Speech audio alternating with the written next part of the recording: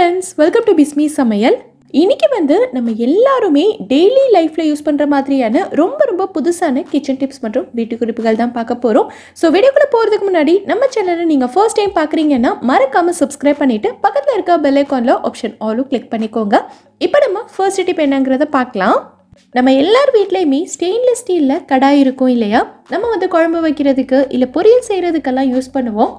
இந்த stainless steel கடாய் நல்ல கனமா இல்லாம ரொம்ப லேசா இருந்தது அப்படின்னா அந்த கடாயை நம்ம அடுப்பில் வச்சு சூடு பண்ணும்போதே கடாயோட கலர் ஒரு மாதிரியான மஞ்சள் கலரில் மாற ஆரம்பிக்கும். இந்த ஓரத்துலலாம் நான் காட்டும் போதே உங்களுக்கு தெரியும்னு நினைக்கிறேன். கலர் மாறி இருக்கு பாருங்க, லைட்டான மஞ்சள் கலரில் இருக்கு. இதில் நம்ம எண்ணெய் ஊற்றிட்டோம் அப்படின்னா ரொம்ப புகை வர ஆரம்பிச்சிரும்.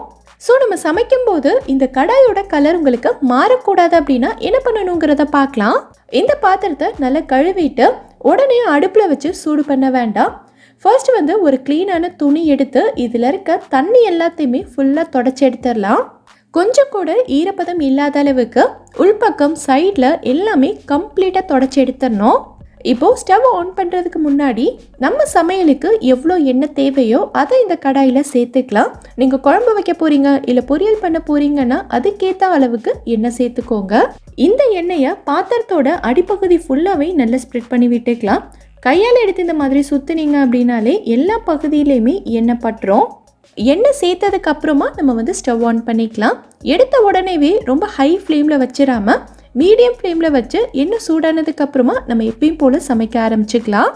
ஸோ இந்த மாதிரி நம்ம செய்யும்போது பாத்திரத்தோட கலர் உங்களுக்கு மாறாமல் இருக்கும். அதே மாதிரி நம்ம சூடான பாத்திரத்தில் எண்ணெய் சேர்க்கும் போது ரொம்ப புகை வரும் தெரியுமா, அந்த மாதிரி பிரச்சனையும் இருக்காது. ஸோ இந்த டிப் உங்களுக்கு ரொம்பவே யூஸ்ஃபுல்லாக இருந்திருக்கும்னு நினைக்கிறேன். யூஸ்ஃபுல்லாக இருந்ததுன்னா வீடியோவை லைக் பண்ணிவிட்டு நம்ம சேனலை சப்ஸ்கிரைப் பண்ணிக்கோங்க. இப்போ நம்ம அடுத்த டிப் என்னங்கிறத பார்க்கலாம். இப்போ விற்கிற தக்காளியோட விலைக்கு நம்ம தக்காளி வாங்குறதே பெரிய விஷயமா இருக்குது. அதுலேயும் அடிக்கிற வெயிலுக்கு நம்ம வாங்குகிற தக்காளி எல்லாம் ரொம்ப சீக்கிரமாக கெட்டு போயிடுச்சு அப்படின்னா நமக்கு ரொம்பவே கஷ்டமாக இருக்கும். ஸோ தக்காளியை ரொம்ப நாளைக்கு கெட்டு போகாமல் நல்லா ஃப்ரெஷ்ஷாக எப்படி ஸ்டோர் பண்ணி வைக்கிறதுன்னு பார்க்கலாம். நீங்கள் தக்காளி வாங்கிட்டு வந்த உடனேவே ஒரு க்ளீனான துணியோ அப்படி இல்லைன்னா ஒரு டிஷ்யூவோ வச்சு தக்காளி ஃபுல்லாகவே நல்லா க்ளீனாக தொடச்சி எடுத்துருங்க. அதில் கொஞ்சம் கூட மண்ணோ இல்லை தண்ணியோ இருக்கவே கூடாது. அடுத்ததாக பார்த்தீங்கன்னா நான் கொஞ்சமாக எண்ணெய் எடுத்திருக்கேன். நம்ம சமையலுக்கு யூஸ் பண்ணுற எந்த எண்ணெய் வேணாலும் யூஸ் பண்ணிக்கலாம். தேங்காய் எண்ணெய், நல்லெண்ணெய் இல்லை ரீஃபைண்ட் ஆயில் எது வேணாலும். நான் இன்றைக்கி சமையலுக்கு யூஸ் பண்ணுற ரீஃபைண்ட் ஆயில் தான் எடுத்திருக்கேன். இந்த எண்ணெயை நம்ம தக்காளியோட காம்பு பகுதியில் கொஞ்சமாக தொட்டு வச்சுக்கலாம். தக்காளி அழுக ஆரம்பிக்குது அப்படின்னா பெரும்பாலும் இந்த காம்பு பகுதியிலேருந்து தான் கெட்டு போக ஸ்டார்ட் ஆகும். ஸோ இந்த பகுதியை நம்ம கொஞ்சம் கூட காற்றுப்படாமல் நல்லா லாக் பண்ணிட்டோம் அப்படின்னா தக்காளி ரொம்ப நாளைக்கு கெட்டு போகாமல் நல்லா ஃப்ரெஷ்ஷாகவே இருக்கும். எல்லா தக்காளியிலையுமே நான் எண்ணெய் வச்சுட்டேன்.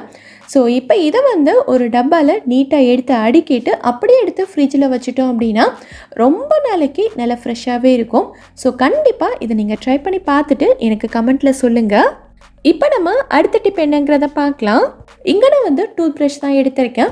இந்த மாதிரி டூத் ப்ரஷ் எல்லாம் நம்ம காலையில் எழுந்திரிச்சு பல் தேய்ச்சிட்டு கழுவி வைக்கிறதோட சரி, மறுபடியும் இதெல்லாம் தனியாக எடுத்து போட்டு நம்ம மெனக்கெட்டு க்ளீன் பண்ணிகிட்டு இருக்க மாட்டோம். அது மட்டும் இல்லாமல் கொஞ்ச நாளையிலே பார்த்தீங்கன்னா இந்த டூத் ப்ரஷில் உள்ள பிரிசல்ஸ் எல்லாம் ஃபுல்லாக விரிஞ்சிரும். பிரிசல்ஸ் விரிஞ்சிருச்சு அப்படின்னா அடுத்து நம்ம பல் தேய்க்கும் போது சரியாக க்ளீன் ஆகாது. ஸோ இது எல்லாத்துக்கும் ஒரு சூப்பரான ஐடியா இருக்குது. இங்கே நான் ஒரு கப்பில் சூடான தண்ணி எடுத்திருக்கேன். தண்ணி லைட்டாக வெது வெதுப்பாவோ இல்லை கொஞ்சம் சூடாவோ இருக்கக்கூடாது, நல்லா கொதிக்கிற தண்ணியாக இருக்கணும். இந்த தண்ணியில் நம்ம எடுத்து வச்சுருக்க டூத் ப்ரஷ் எல்லாத்தையும் அப்படியே போட்டுடலாம். இதெல்லாம் ஒரு 10 நிமிஷத்துக்கு அப்படியே இந்த தண்ணியிலேயே இருக்கட்டும். ஒரு 10 நிமிஷத்துக்கு அப்புறமா நல்லா அலசிட்டு நம்ம தண்ணியிலேருந்து வெளியில் எடுத்துடலாம். ஸோ இந்த மாதிரி செய்யும்போது டூத் ப்ரஷில் ஏதாவது கிருமிகள் இருக்குது அப்படின்னா ஃபுல்லாகவே நல்லா க்ளீன் ஆகிடும். அது மட்டும் இல்லாமல் விரிஞ்சிருந்த பிரிசல்ஸ் எல்லாமே பழைய நிலைமைக்கு திரும்பி நல்ல புது ப்ரஷ் மாதிரி இருக்கும். அதுக்காக ரொம்ப நாள் யூஸ் பண்ணிவிட்டு ரொம்ப விரிஞ்சு போன பிரிசல்ஸ் எல்லாம் நீங்கள் சுடு தண்ணியில் போட்டிங்கன்னா பழைய நிலைமைக்கு வராது. கொஞ்ச நாள் யூஸ் பண்ணி லைட்டாக விரிஞ்சு போனதை போட்டிங்கன்னா உங்களுக்கு புதுசு மாதிரி கிடைக்கும். நீங்கள் டெய்லியும் இந்த மாதிரி செய்யலைன்னாலும் ஒரு 2-3 வாரத்துக்கு ஒரு தடவையாவது இந்த மாதிரி செஞ்சுக்கிட்டிங்கன்னா ரொம்பவே க்ளீனாக இருக்கும். ஸோ ட்ரை பண்ணி பாருங்கள். இஞ்சி பூண்டு விழுதெல்லாம் பார்த்தீங்கன்னா நம்ம 1 வாரம் 2 வாரத்துக்கு தேவையானதை மொத்தமாக அரைச்சி ஃப்ரிட்ஜில் ஸ்டோர் பண்ணி வச்சுருப்போம். ஸோ அது காலியாக போயிடுச்சு அப்படின்ற டைமில் எப்பயாவது நமக்கு 1 டீஸ்பூன் 1.5 டீஸ்பூன் இஞ்சி பூண்டு விழுது தேவைப்படும். ஸோ அந்த டைமில் நம்ம வந்து ஒரு மிக்ஸி ஜார் எடுத்து அரைச்சிட்டு அதையும் கழுவி வச்சிட்டு இருக்க முடியாது. ஸோ என்ன பண்ணலாம் அப்படின்னா, ரொம்ப ஈஸியாக இந்த மாதிரி கேரட் துருவுற கிரேட்டர் எடுத்துக்கோங்க. இதுலேயே நம்ம வந்து இஞ்சி பூண்டு விழுது ரெடி பண்ணிக்கலாம். ரொம்ப பெரிய பெரிய ஓட்டையாக இருக்கும்ல, ஸோ அதில் வச்சு துருவாமல் இந்த மாதிரி குட்டி குட்டி ஓட்டையில் நீங்கள் வந்து நல்ல துருவி எடுத்துக்கிட்டீங்க அப்படின்னா இது வந்து நல்ல ஒரு பேஸ்ட் மாதிரி நமக்கு கிடைக்கும். நான் துருவி காட்டுறேன் பாருங்கள் எவ்வளோ சூப்பராக வருதுன்னு. இப்போ நான் இஞ்சி மட்டும்தான் துருவி இருக்கேன், சூப்பராக பேஸ்ட் மாதிரி இருக்குது பாருங்கள். அடுத்ததான் நம்ம வந்து பூண்டையுமே இதில் துருவிக்கலாம். ஒரு 2 நிமிஷத்தில் இஞ்சி பூண்டு விழுது ரெடி ஆயிடும். இதுக்காக நம்ம வந்து மிக்ஸி எடுத்து அரைச்சிட்டு மறுபடியும் அதை கழுவிட்டு இருக்கணுங்கிற அவசியம் கிடையாது.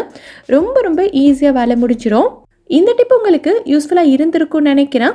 யூஸ்ஃபுல்லாக இருந்ததுன்னா எனக்கு கமெண்ட்டில் சொல்லுங்கள். இப்போ நம்ம அடுத்த டிப் என்னங்கிறத பார்க்கலாம். இப்போ இருக்க நிறைய குட்டீஸ்க்கு பார்த்தீங்கன்னா பீட்ரூட்டே சுத்தமாக பிடிக்காது, சாப்பிடவே மாட்டாங்க.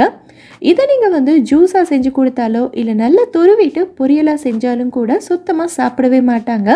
ஸோ அப்படி இருக்க குட்டீஸ்க்கு இப்போ நான் சொல்கிற மாதிரி ட்ரை பண்ணி பாருங்கள். இது மொத்தமாகவே ஒரு 5 நிமிஷம் வேலை தான், டக்குன்னு முடிஞ்சிடும். இங்கே நான் வந்து ஒரே ஒரு பீட்ரூட் தான் எடுத்திருக்கேன், அதை குட்டி குட்டியாக கட் பண்ணி எடுத்திருக்கேன். இந்த கட் பண்ண பீட்ரூட்டை அப்படியே எடுத்து குக்கரில் போட்டுட்டு இது கூடவே கொஞ்சமாக பாசிப்பருப்பு சேர்த்துருக்கேன். இந்த பாசிப்பருப்பு வந்து ஒரு 1/4 கிளாஸ் அளவுக்கு சேர்த்துருக்கேன். இப்போ இது கூடவே 1 கிளாஸ் அளவுக்கு தண்ணி சேர்த்துருக்கேன். நம்ம சேர்த்துருக்க பருப்பும் வேகணும், கூடவே பீட்ரூட்டும் வெந்து வரணும். அடுத்து இதுக்கு தேவையான உப்பு சேர்த்துக்கிறேன். இப்போது குக்கரை மூடி வெயிட் சேர்த்து ஒரு 2 விசிலுக்கு நல்லா வேக விட்டுருங்க. 2 விசில்லையே நம்ம சேர்த்த பருப்பும் பீட்ரூட்டும் நல்லா வெந்துடும். குக்கரில் இருக்க ப்ரெஷர் எல்லாம் நல்லா போனதுக்கு அப்புறமா நம்ம வந்து ஓப்பன் பண்ணி பார்க்கலாம். ஸோ கரெக்டான பக்குவத்தில் வெந்திருக்கு. இது வந்து அப்படியே சாப்பிட்டா அந்தளவுக்கு நல்லா இருக்காது. ஸோ எண்ணெயில் கொஞ்சமாக கடுகு, கருவேப்பிலை, கொஞ்சமாக வெங்காயம் சேர்த்து நல்லா வதக்கிட்டு இதில் சேர்த்துருக்கேன். ஸோ நல்லா கலந்து விட்டுக்கலாம். இப்போது இதை வந்து நீங்கள் சூடான சாதத்தில் மிக்ஸ் பண்ணி குட்டீஸ்க்கு கொடுக்கலாம். இதில் வந்து பீட்ரூட்டோட டேஸ்ட் அவ்வளோவா வராது, நம்ம சேர்த்துருக்க பருப்போட டேஸ்ட்டு தான் அதிகமாக இருக்கும். ஸோ குட்டீஸ் வந்து விரும்பி சாப்பிடுவாங்க. இதில் வந்து நான் காரமெல்லாம் சுத்தமாக சேர்க்கவே இல்லை. ஸோ எல்லா குட்டீஸ்க்குமே கண்டிப்பாக பிடிக்கும்.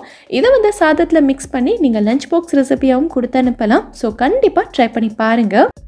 இப்போ நம்ம அடுத்த டிப் என்னங்கிறத பார்க்கலாம்.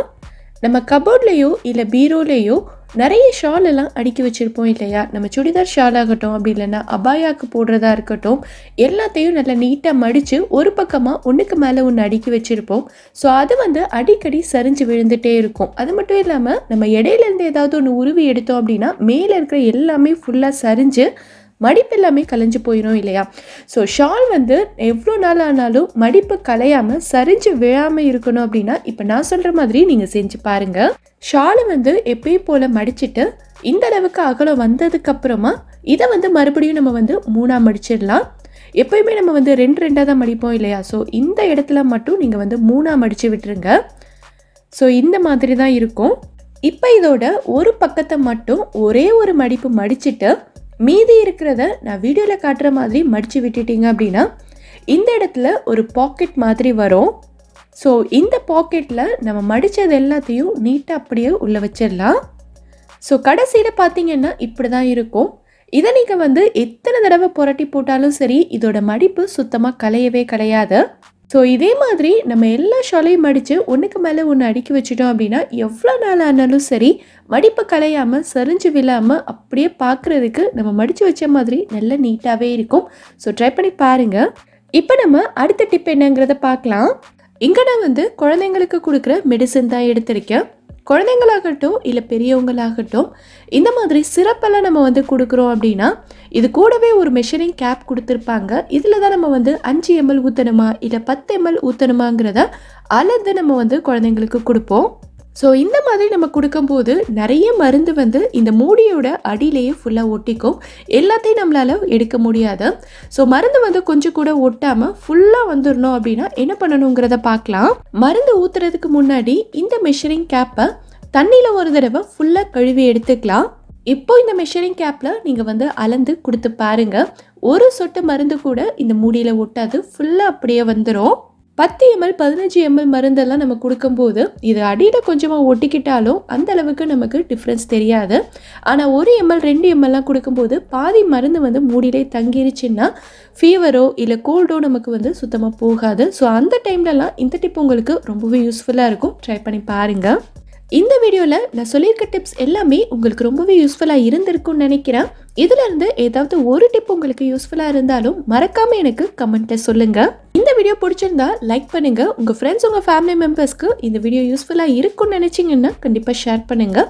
மறக்காமல் நம்ம பிஸ்மி சமையலுக்கு சப்ஸ்கிரைப் பண்ணிவிட்டு பக்கத்தில் இருக்கக்கூடிய பெல் ஐக்கானில் ஆப்ஷன் ஆலும் கிளிக் பண்ணுங்கள். தேங்க்யூ.